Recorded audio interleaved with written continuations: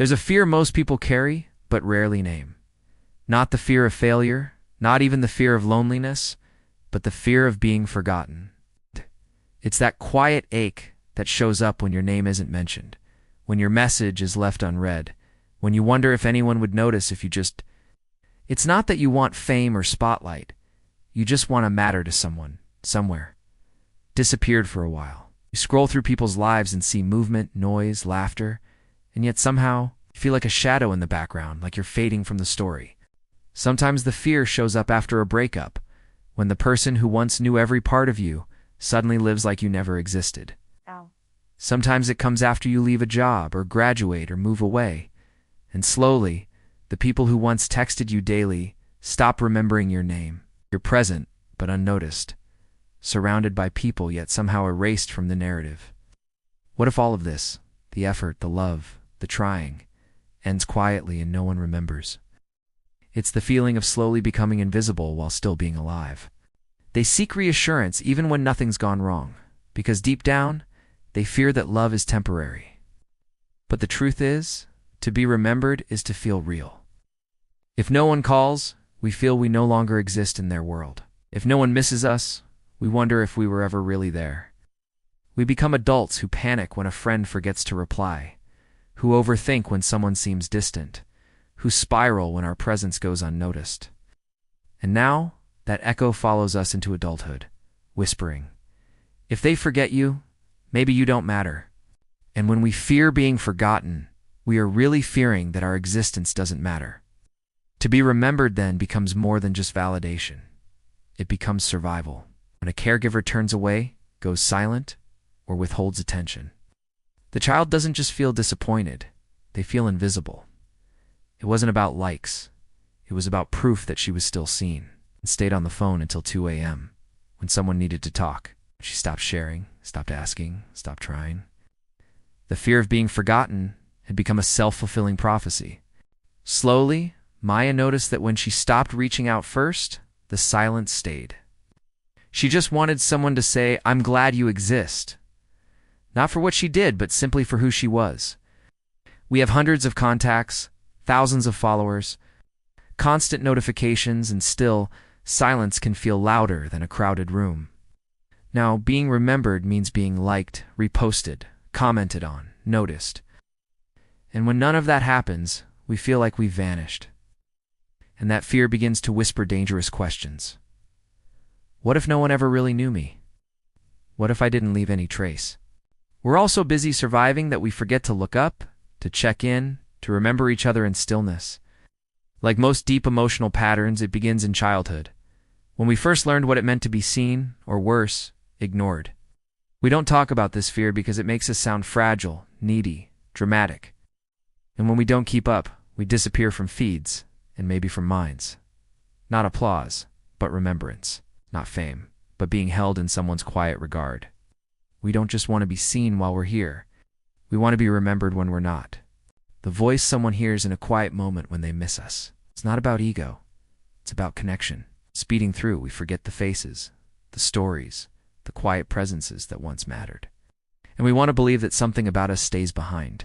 Quiet disappearance from the center of people's lives to the blurry edges of their memory. And indifference, that slow vanishing, is what hurts the most. And often that goal is simply this: to live a life that's not forgotten. Maybe the people you once held so tightly have loosened their grip, or let go entirely. We want to believe we mattered, even if only to one person, in one quiet corner of their memory. She didn't want attention. She just wanted to feel like someone noticed her absence. The fear of being forgotten doesn't come out of nowhere. Sometimes being remembered is too quiet, invisible, growing in someone else's heart, like a seed you once planted without knowing. You are still held, quietly, by the universe, by the people who remember you without saying it. You are a presence, and that, by itself, is enough. By the traces of goodness you've left behind, not to be famous, but to leave a trace, to say, I was here. I meant something, and those are often the most sacred. As children, we rely completely on connection to feel safe. In the quiet way your presence once made them feel safe, in the comfort of your words that someone still carries on their hardest days, And when that happens often enough, we begin to associate visibility with safety and silence with rejection. Attachment theory explains this well. Children who grow up with inconsistent emotional responses from their caregivers often develop anxious attachment patterns. They become hyper-aware of absence. They anticipate abandonment.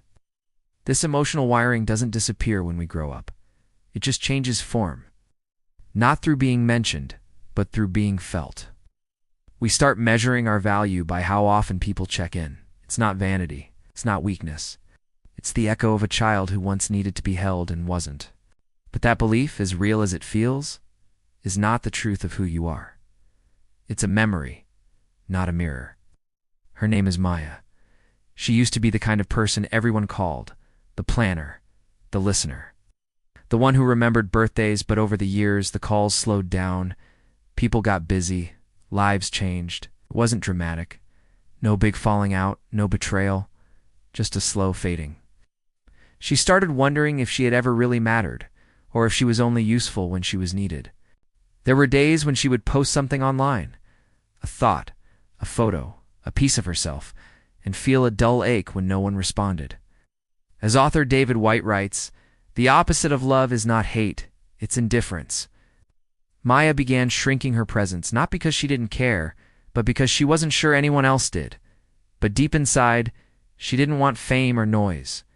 And maybe if you're honest, you've felt that too. We live in the most connected time in human history, and yet so many of us feel more invisible than ever.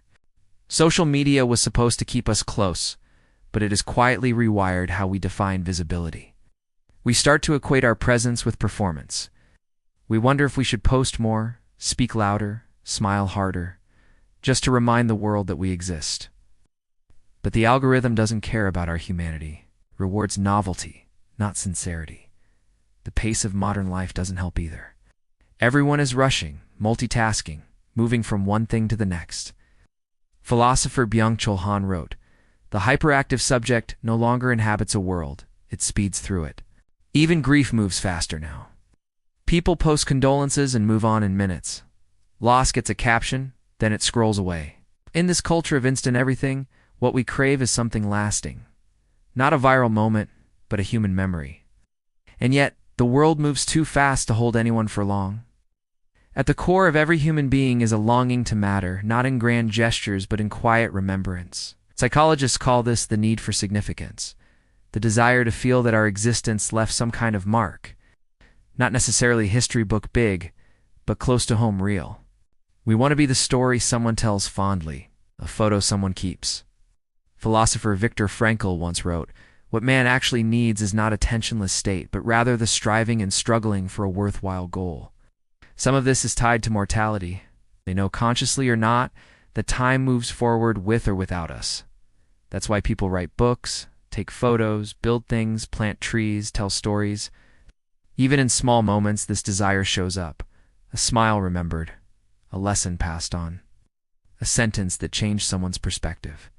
When we fear being forgotten, what we truly fear is the idea that all the love we gave, all the effort we made might dissolve without anyone noticing. Maybe you don't appear in anyone's feed today. Maybe no one texted to check in. But that doesn't mean you've been erased. Absence in attention is not absence in worth. You exist in ways you may never see. In someone's memory of your kindness, you've mattered more than you know, and in ways you may never be told. Sometimes we are remembered not through applause, but through warmth. As poet Rupi Kaur writes, "You do not just wake up and become the butterfly. Growth is a process. You are not forgotten. You are simply living in the spaces that don't get tagged, liked, or shared. If you feel invisible, know this: you still matter. You are more than attention, more than proof, and more than performance. So take a breath. Take up space. You are here, and that is everything."